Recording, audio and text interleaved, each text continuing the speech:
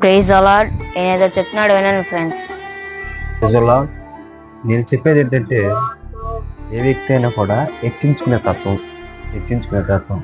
అలాగే మన లోకస్ వార్త 18వ అధ్యాయం 9వ వచనం నుంచి 10వ వచనం చదువుకుంటే, దాంట్లో ఒక సుంకరి ఒక పరిచయుడు వాళ్ళిద్దరు దేవుడి సన్నిధికి వెళ్ళి దేవుడి మొరపెడుతున్నారు. పరిచయుడు అంటాడు, నేను వారిలాగా వీరిలాగా అంటే కాకుండా నన్ను బాగుంచామని అని అంటుంటే, సుంకరి అంటాడు, నేను నీ సన్నిధిని నిలవడానికి కూడా నేను యోగ్యుని కాదయా అని దూరంగా నిలబడి ప్రార్థన చేశాడంట. అయితే ఈరోజు మనుషులు ఎలా ఉన్నారంటే, నేను గొప్పవాడిని, నాకంటే అందరు తక్కువ, నేను గొప్పవాడిని, నేను అన్ని చేస్తున్నాను, నేను అన్నిట్లో యథార్థిస్తున్నాను అని వాళ్ళని చూస్తున్నాను. అలా ఉండొద్దని దేవుడు చెబుతున్నాడు. ఎందుకంటే దేవుడికి హెచ్చించుకునే వాళ్ళు ఇష్టం ఉండదండి. దేవుడికి హెచ్చించుకునే వాళ్ళు ఇష్టం ఉండదు, తగ్గించుకునే వాళ్ళు ఇష్టం. ఎవరైతే హెచ్చించుకుంటారో వాళ్ళు తగ్గించబడదని లేఖనాల్లో ఉంది కదా. అది మరి ఆయన ఎందుకు రాయించాడు? అది జరుగుతుందనే కదా. అయితే మనం ఈరోజు అలా ఉండొద్దు.